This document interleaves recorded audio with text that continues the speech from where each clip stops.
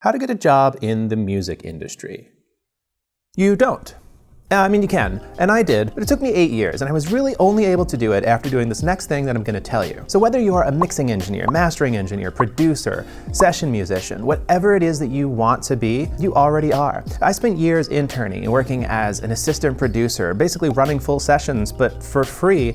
And when I would ask the studio, hey, do you see an opportunity to hire me in the future? The answer was always, absolutely, but we're just not hiring right now. And in order to do so, so-and-so head producer would have to leave. Except so-and-so head producers rarely leave. They stay where they are for a long time because it's a pretty good gig. But remember when I said you already are whatever it is that you want to be? Well, that's true. And you don't need a studio to hire you to validate that. What you need is clients, bands, artists, musicians. They will hire you if they like your work. So stop trying to get a job and start trying to get clients. When I told you that I eventually did land a job at a studio as a head producer, it was only after I'd been producing bands and artists that I went out and met myself, and we were working together out of my home studio. One specific artist and I wanted to cut vocals in a booth, which I didn't have at my home studio. So we rented a studio for a few days to finish up the album. I got to meet the owner, he got to see my work, he liked my work, and eventually he offered me a job there. But along the way, I continued to build up my client list of bands and artists while I was waiting for this job. And they stayed with me long after I wanted that job anymore. See, eventually I didn't want to work at a studio anymore. I wanted to run the studio. And when that happened, I was ready, I had clients, I went for it, the studio was successful, and I believe that you can do the same thing.